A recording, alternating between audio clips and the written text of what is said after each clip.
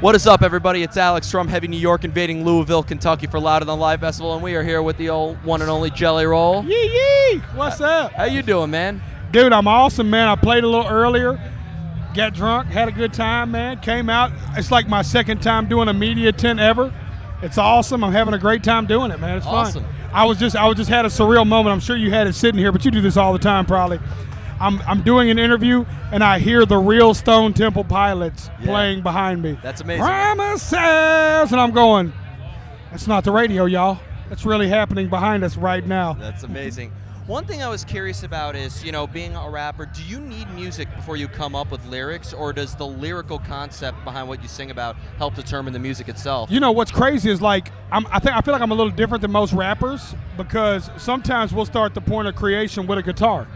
I'll sit in a room and just, strum a G and a C and just write a song from there. You know what I mean? And then come to the studio like, yo, I wrote this hook, and then rap after it. And sometimes I have a producer send me a beat with a bunch of 808s. Then I rap to it and be like, yo, such and such, I need a guitar on this one, like depending on what kind of texture we hear, we'll call that kind of player. But we try to keep the live in the hip hop, you know what I mean? So every guitar you hear is never programmed, it's never played on a keyboard. Yeah. It's always real with us. And a lot of rappers don't do that. They'll just program the guitar sound on their piano and, program it in. Interesting. What I'm curious about is, what I've noticed with rappers, whether it's Ice Cube or Eminem, they always have their own identities around a universal art. They really portray a character, I feel. Is Jellyroll a character that's an extension of your inner being, or are you just portraying somebody completely outside of yourself when you're on stage? I think it's like totally my inner being. It's like, so when I was like 6, I was fat. I've always been fat, right? And my mother was like, oh, my little jelly roll, my little jelly roll, my little jelly roll. And it just went. It stuck with me. So I feel like to this day, if me and you go to my mama's house right now, right? We walk in. Mama goes, my little jelly baby's here. You know what I mean? Like, it's still like to this day. So it's like, it's just who I am. That's amazing. And do you try to maybe get people to see things from your point of view with your art, or are you just throwing an awesome party, having a good time? Dude, I'm just being true to myself, man. It's like whatever comes, man. I'm a real roll with the flow guy, man. Whatever happens. As long as you're always you, it don't really matter. Everything else is for the birds. Just be yourself, and the rest of the shit will work out. Awesome. Do you like to leave your lyrics open to interpretation, or do you try to engage the listener into like the story in which you sing about? A little bit of both. I know it sounds cliche, but it's like just being myself, man. If it touches somebody in a way that, to me, it's open interpretation. I told somebody earlier, I'm not telling my story no more. I'm telling your story. I'm out of it. Fuck me. I've been doing, excuse my language, I've been doing this forever. You know what I mean? I'm out of this. It's like, how does it make you feel? You know what I mean? Like, my favorite songwriters were of the 70s. And they wrote records in a way where, to this day, who really knows what Fire and Rain is about? James Taylor. I've heard the story. I know what I think it's about, right? From the stories I've heard. But I also know how I interpreted it. You know what I mean? So it's like, to me, it's just about making good music, man. Being true to yourself. The rest will work itself out. Excellent. When it comes to playing, is there a similar energy that you channel into your live performances as you do when you're like in the studio or in like the vocal booth or something like that? Yeah, for me, it's just about like live performances is my 1 hour where I get to fucking cut loose. Like nothing matters, man. Dude, we're in the phone era, dude. It's hard to sit here and do interviews without you checking your phone, right? You know what I mean? Being honest, right? Like, yeah, it's right there. Like, fuck my phone, you know what I mean?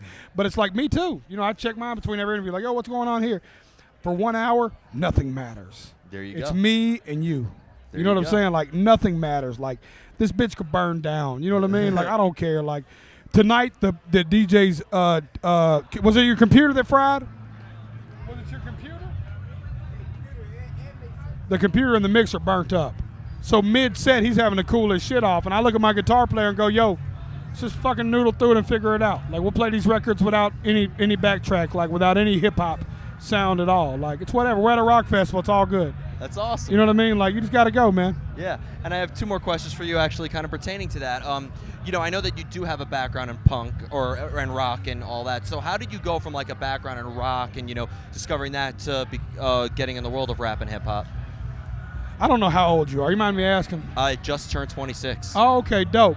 So you're from the new generation, right? Kind of. But you're halfway between. So you remember, like, we're in an era where kids listen to everything. Like, just like I know that Stone Temple Pilots song, I'm going to know every word of Ice Cube tonight, right? Just like I'm going to know every song for 3 hours of GNR. You know what I mean? So it's like, you know, there's an era where that wasn't acceptable. You was a country fan, or you was a rock fan, or you was a metal fan, or you was a rap fan, and that's how you was identified.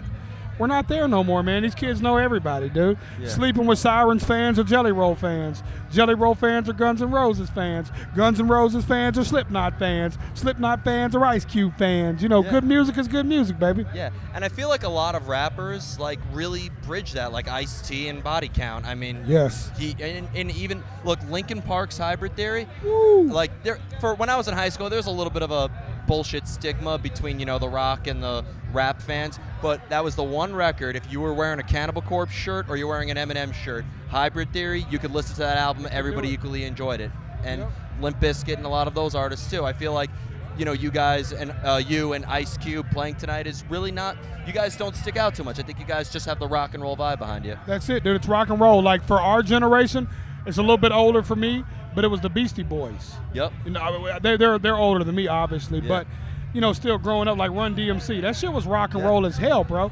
It was all lick driven, and you know what I mean, King of Rock shit. It's like, dude, we're just dancing in the middle, baby, and having a good time.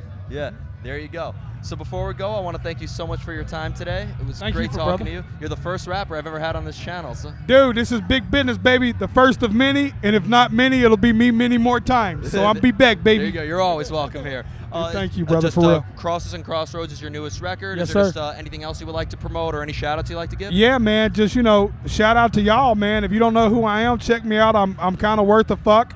If you know who I am, I love you, motherfucker. You changed my life. Because of you, I'm at Louder Than Life right now, getting drunk and hanging out at a fucking media tent and doing press. It's awesome. I love you. Thank you so much.